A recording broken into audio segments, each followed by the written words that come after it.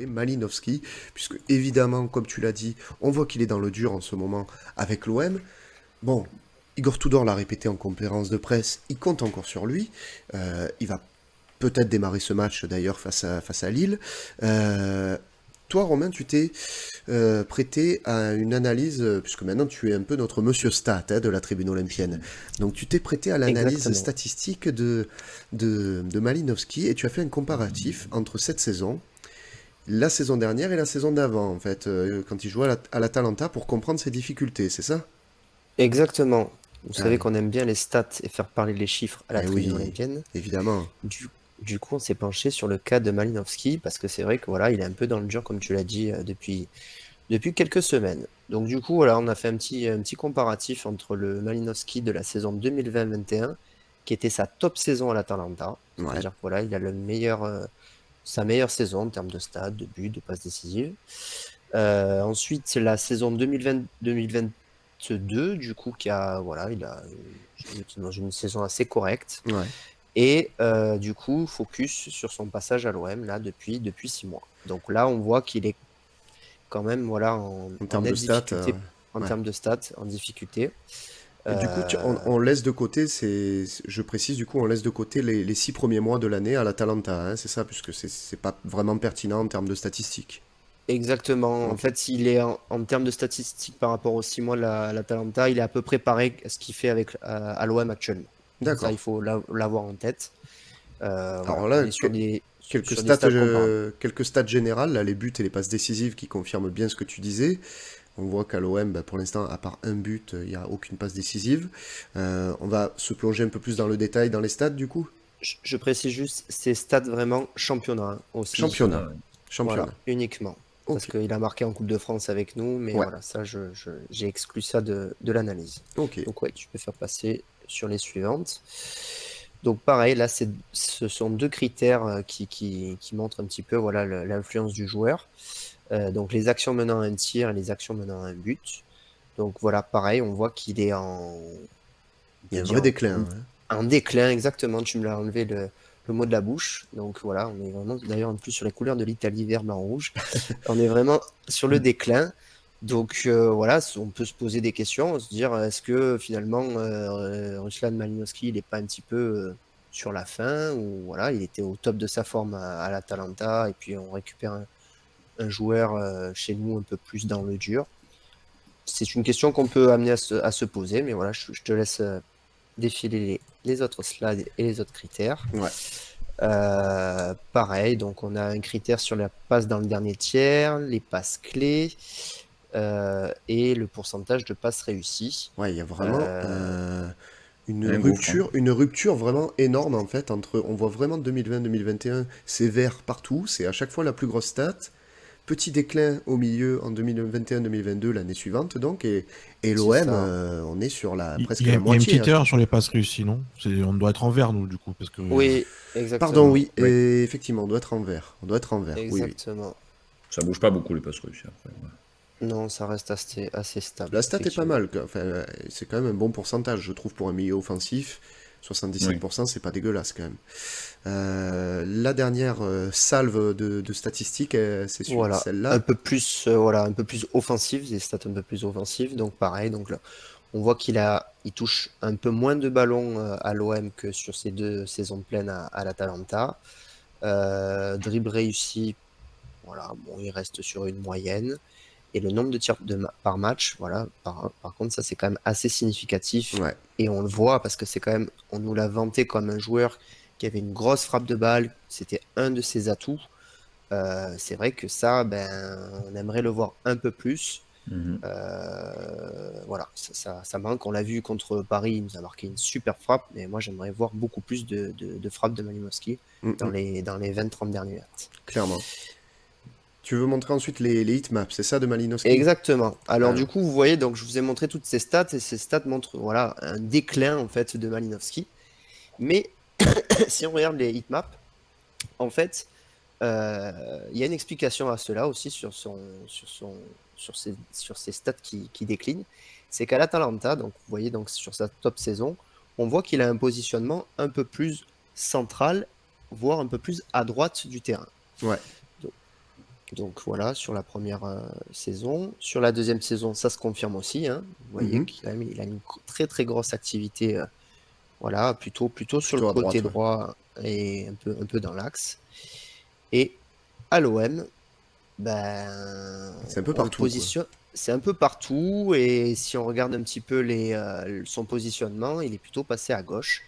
Donc ceci aussi peut expliquer cela, que voilà, il est moins influent chez nous euh, par le fait que voilà, il est peut-être pas surtout à sa place, on le met pas dans les meilleures dispositions pour qu'il s'exprime. D'accord, d'accord. Bah écoute, merci Romain pour ces stats. J'espère qu'elles vous auront plu aussi dans le chat. N'hésitez pas à nous le dire. Envoyez les petits pouces pour Romain, là. Ça va le motiver, là. Il nous sort des stats intéressantes, je trouve.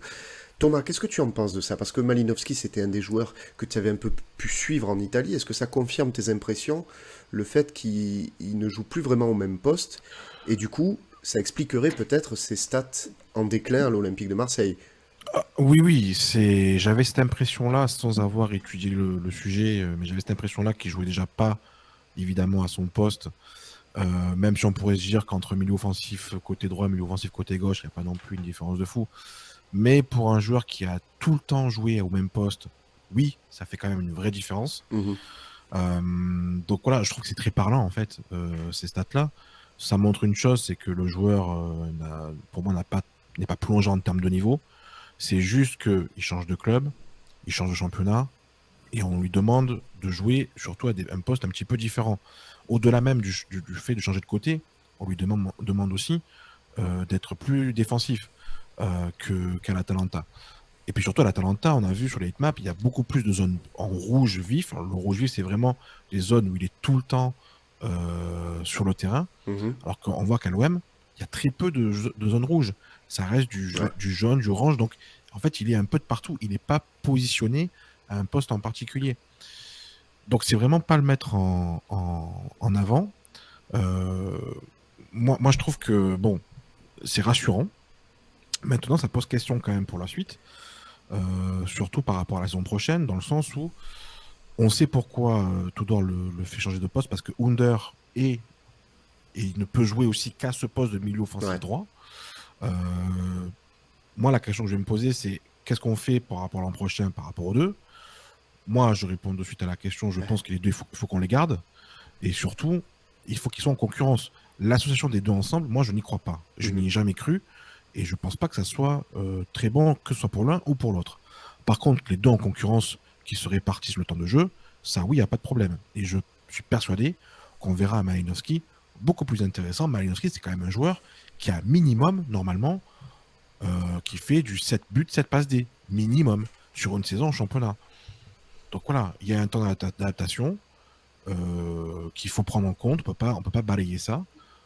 Voilà, je suis pas plus inquiet que ça Ce que tu veux dire, c'est qu'il y a vraiment une double adaptation, à la fois le championnat, mais aussi le poste en quelque sorte. Ah ben c'est très parlant, là on le voit vraiment, il y a pas de zone rouge dans la heatmap, ça montre bien qu'en fait il doit être un peu de partout.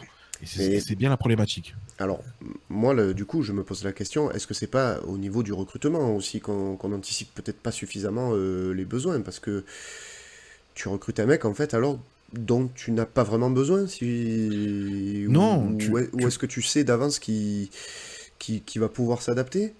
Tu recrutes un mec où tu avais quand même un besoin. Maintenant, je pense qu'ils n'avaient pas anticipé non plus que Wunder allait autant performer. Ouais. Et ils se sont retrouvés dans une situation où ils se sont dit, bon, ben, nos deux meilleurs joueurs, c'est Wunder et Malinowski. Enfin, Malinowski, on va pas le mettre de côté parce qu'il vient d'arriver. Et Wunder est en train de totalement percer. Donc Tudor s'est retrouvé à devoir trouver une combinaison pour les deux. Mais c'est pas simple. Pour répondre à la question d'Eric qui nous dit où est passée la frappe de 1000 de Malinowski, mais il est jamais sur son pied gauche, en fait. Mais dans les stats, on le comprend bien, en fait. C'est-à-dire que déjà, il est beaucoup moins haut sur le terrain. Et du coup, en fait, sa frappe, en tout cas les zones de frappe où il a l'habitude d'être très performant, il en fait beaucoup moins. Parce qu'il est moins positionné dans ces zones-là. D'accord. Donc voilà, c'est pour ces raisons-là. Axel, qu'est-ce que tu en penses, toi, de ces stats de Malinowski? Est-ce que tu comprends un peu ce que veut dire Thomas? Est-ce que tu es d'accord avec ce qu'il veut dire ou... Oui, j'étais à peu près dans la même optique. Hein. De s'adapter à un nouveau championnat. Physiquement, c'est beaucoup plus dur la Ligue 1. Ça va plus vite, plus fort en défense. Et ouais, c'est pas trop lui rendre service de pas le positionner à son poste habituel. Donc, pour frapper, tu vois, c'est quand même pas le même endroit d'être sur la droite ou sur la gauche quand il est gaucher. C'est pas tout à fait le même poste. Donc, ouais, c'est compliqué. Voilà, Under, il est gaucher, Malinowski est gaucher. Ils jouent tous les deux au même poste. Ouais, il n'y avait pas trop non plus de solution de faire autrement là, hein, sur ces 6 derniers mois. Après, moi, ce qui m'étonne un petit peu, c'est que au niveau de la hitmap notamment, il faudrait faire le comparatif en fait avec Under. Vous voyez ce que je veux dire? Parce que Under, j'ai l'impression quand même qu'il joue beaucoup plus à droite que Malinowski. Et que Malinowski, quand il est sur le terrain, j'ai l'impression de voir presque un numéro 10. Et je le vois beaucoup plus axial en fait. Mais il joue rarement à droite. C'est peut-être Non, mais une c'est pas une impression par impression. rapport à Under. Non, mais tu vois, Under, ah ben tu sais quoi, je vais y aller, hein, je vais y aller Non, parce que sur, Under, clairement, il faut comprendre aussi pourquoi Tudor fait ce choix de mettre Under à droite et Malinowski à gauche. Parce que Under est de base quand même un ailier droit pur et dur bien qui sûr. rentre dans l'axe. C'est vrai. C'était très compliqué pour Tudor de demander à Under de jouer sur le côté gauche. Il a préféré mettre Malinowski, qui est déjà de base plus un joueur quand même axial, même si c'est côté droit, mais il est quand même plus à l'aise dans l'axe. Mhm. Et j'aurais fait la même chose que lui d'ailleurs. Hein. J'aurais pas inversé les deux. Mais Under, Voilà, clairement. regardez déjà la hitmap d'Under quand même. Ah bah oui, mais c'est c'est clair. clair. Absolument rien à voir. Quoi. Mais c'est un ailier à qui on demande de repiquer dans l'axe. Donc il a eu du mal à s'adapter à ça. Ouais, mais je comprends pas, tu vois, que quand tu alignes Malinowski à gauche, pour moi, ça devrait être le pendant du poste de Under. Tu vois ce que je veux dire? D'accord, mais Et je ouais, comprends c'est pas pas- parce qu'au final, il se retrouve beaucoup plus axial que à droite Under. Donc tu as clairement une attaque qui penche complètement sur la droite. bah, qui penche contre droit. Après, il y avait aussi à prendre en compte une chose, c'est que Tavares, qui Ouais, était beaucoup derrière, il aligné. n'aide pas beaucoup. Ouais. Non, mais Mm. Tavares, il prend quand même beaucoup le côté gauche. Et d'ailleurs, c'est un joueur aussi qui rentre beaucoup dans l'axe, Tavares. Donc il y a un équilibre qui se trouvait quand même par rapport à ça. Ouais, et puis tu as aussi Sanchez qui combine beaucoup plus avec Under quand même. Hein. Moi, je trouve qu'il y a plus d'affinité Under Sanchez que Sanchez Malinowski. Je sais pas ce que vous en pensez aussi sur ça, mais Mais ce qui se dit d'ailleurs, c'est que Malinowski aurait du mal à s'intégrer pour ses débuts dans le vestiaire, déjà. Ça ressort de plus en plus, qu'il serait pas à la marge, mais disons que ça serait un peu plus compliqué pour lui. Ça peut s'expliquer par le fait La que barrière de la langue aussi. la barrière de la langue, il vient d'arriver. Je pense Ouais. qu'il faut qu'il ait une préparation avec le groupe, ses C'est ça. préparations estivales, etc., pour que les liens aussi se fassent. Ça, c'est une chose. Par contre, évidemment aussi, je pourrais répondre à ta question, Under et Sanchez ont réussi à nouer une relation technique entre les deux, qui fait que d'ailleurs, c'est pour ça qu'Under est indispensable aujourd'hui dans l'équipe. Mhm. J'aurais juste un coup de gueule par rapport à un truc Ouais. que j'ai entendu, alors non pas ici, mais que j'ai entendu dans un gros média régional marseillais, on va les citer, c'est le Phocéen. Il y a un journaliste que j'apprécie il y a quelques années, mais qui pour moi est en train de sombrer dans le n'importe quoi, c'est Michel Arriaga. Ouais. Je sais pas si vous voyez de qui. Oui, bien sûr, je vois très bien. Très très connu. Hein. Qui a sorti une bêtise sans nom en nous expliquant que Malinowski était un des joueurs les plus faibles offensivement de l'histoire de l'Olympique de Marseille. On en a vu des faibles. On va peut-être pas exagérer non plus quand même. Je trouve que c'est honteux de sortir un truc comme ça. Personne d'ailleurs pour le contredire sur le plateau du Phocéen. Bon, après le Phocéen, ils sont habitués à nous sortir des dingueries en nous expliquant par exemple que Nuno Tavares est le meilleur arrière-gauche de ces 20 dernières années. Bon, voilà, pourquoi pas. Mais je trouve qu'il y a un bashing autour de Malinowski qui pour moi est honteux. Je vais le mettre dans le même panier que le bashing qu'a eu Tudor avant même de faire le premier match championnat. Mhm. Voilà. Attention à ce type de commentaires, surtout dans un gros média qui est donc repris, qui est vachement écouté. Ça va pas aider le joueur. Voilà, ça va pas aider le joueur.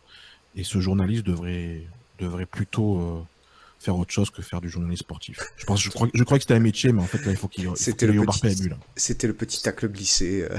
ça fait 5 mois qu'il est là. Il faut remettre aussi un peu les choses à leur place. Hein. Non mais il faut être ignorant et d'une bêtise sans nom pour sortir un truc comme ça, je trouve.